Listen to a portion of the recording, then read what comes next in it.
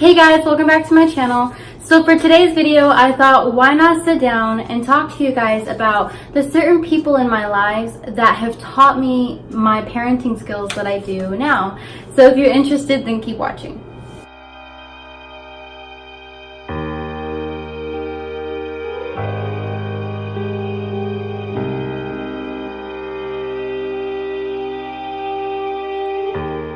So before I get started, I just want you guys to know that for safety reasons, I will not be saying the people's actual names and probably just nicknames. First person is on my dad's side, and this is my aunt. I call her Pumpkin Pie. We have a little nickname for each other. She's Pumpkin Pie and I'm Apple Pie. And she taught me the importance of house structure and weird forms of discipline that work because it'll drive the child crazy. So in her house, she had a lot of rules. And if you were staying at her house, you had to abide by those rules. And if you didn't, or if you got in trouble, then you would have to get punished. So my aunt had long, beautiful hair. And if you got in trouble, which was normally me, then you would have to sit down while she was sitting in a chair and brush and brush and brush that hair of hers and just keep brushing. And she would make you do 100 strokes. And if you were complaining the entire time, or if you stopped, then guess what? You got to do another 100 strokes. It was so horrible having to be the one to brush the hair, but at the same time, it was better than, you know, smacking your kid around. So that has taught me the importance of having rules and the importance of different ways of discipline. Next is my great aunt, and everyone calls her Auntie Mommy. And she taught me that it's never too late or too early to teach your kid something. So she's the person that inspired me to get my son a potty and sit him down and starting to get him to learn how to sit on the potty. She is very well known for potty training kids. That is why I have my son on a potty that we do every day, and it's more like a schedule thing. At a certain time of day, we sit him on the potty, and just to get him used to that. But she's so good at it that if you ever were having trouble potty training your kid, everyone would always say, take him to Auntie Mommy's or take her to Auntie Mommy's, and Auntie Mommy would have them potty trained in a week. She was that good. Next is another person on my dad's side, and this is my uncle, and everyone would know him as Uncle Beach. And he taught me the importance of fun and to be adventurous and live every day like it's your last.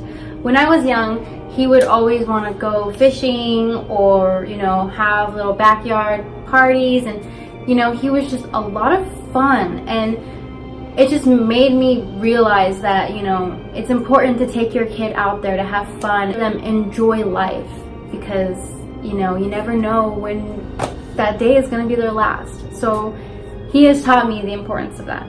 Next person, I will say his name because nobody can hurt him. He has already passed on. But this is my Uncle Pecos, and I called him Pickles. He taught me the importance of love. Everyone and anyone who knew him knew the big heart that he had. Every time I saw him, he just made me so excited for my future, because he would always sit there and tell me, you're gonna do this and you're gonna do that and you're gonna go here and there. You're gonna be so many things. You can be whatever you wanna be. And that's what I want to do as a mother. I want to make sure that I tell my son, you can be whatever you want to be. Don't let anyone tell you that you can't, because he always did that. Next is my older sister. We don't have any nicknames, but yeah, my older sister, she's my only sister, so yeah. She taught me the responsibility of taking on the task. So my sister helped my mom in raising us when we were younger. She did a lot of the cooking. She helped me with my homework, a lot of that stuff. And, you know, it's not that my mom couldn't do it. You know, as her being the oldest out of 4, you know, she just had to take on that role of responsibility.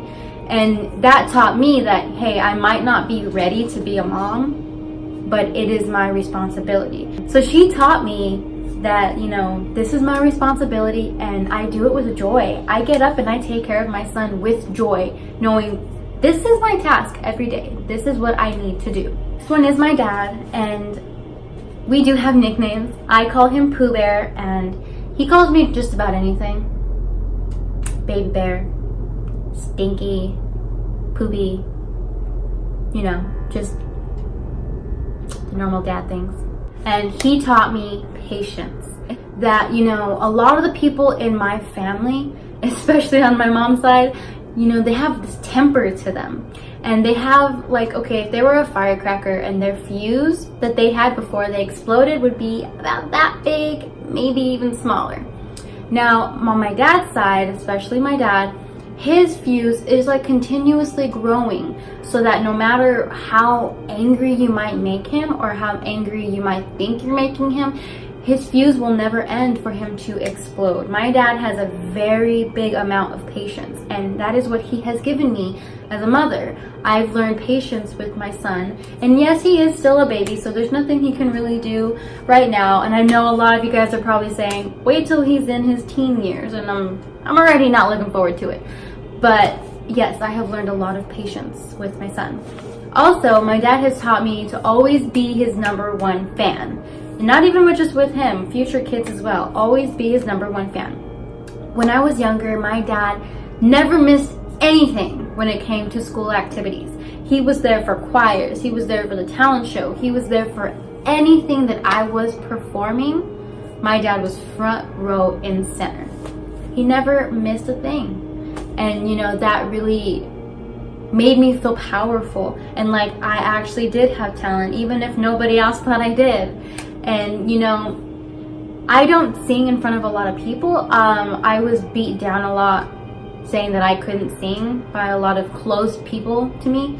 So, you know, I was always self-conscious of it. But my dad always loved to hear me sing. So did my mom. And all those school talent shows and everything brought me to the point to where I was singing at graduation. It wasn't my graduation. It was supposed to be my graduation because I graduated a year late.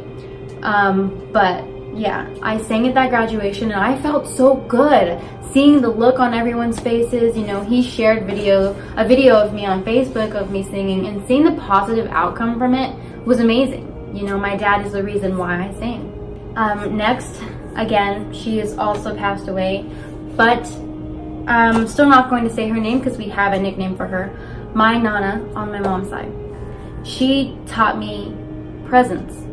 I don't have a lot of memories of her, and you know, a lot of people will sit there and say, how do you not know your own grandmother? Okay, well, she passed away when I was young, and I remember being at her funeral and I wasn't crying. And the reason why was because I didn't even know what was going on. I was so confused. I wasn't really up to date on life and death and heaven and hell. We went to church, but the church that we went to, they didn't really teach us that stuff. They just threw us in a class and played church music and let us dance around. That was pretty much it. But, you know, I wasn't really comprehending that my grandmother is gone. But I do have the slightest memories of her, of being there, of holding us, laughing. I can close my eyes and I can remember her smile. I can close my eyes and I can remember her laugh. I can remember her with her dog. She was always this happy person. And, you know, I want that as a mother. I want my son to know my presence, that when I pass away, he can know me so vividly from just memories, even if it's not a lot, that he can pass that down to his kids in case I were to die, you know, and I couldn't see my grandkids. I want him to be able to do that. Now, I can sit there and vividly explain my grandmother to my son just from her presence. Lastly, I saved my mom for last because everything that I just said that I've learned from these people, my mom has taught me as well. But she has taught me in different ways. My mom has taught me, you know, different forms of discipline. Some more extreme, some not so extreme. She has also taught me that, you know, it's okay to get to that level to where you and your kid are on a friendship.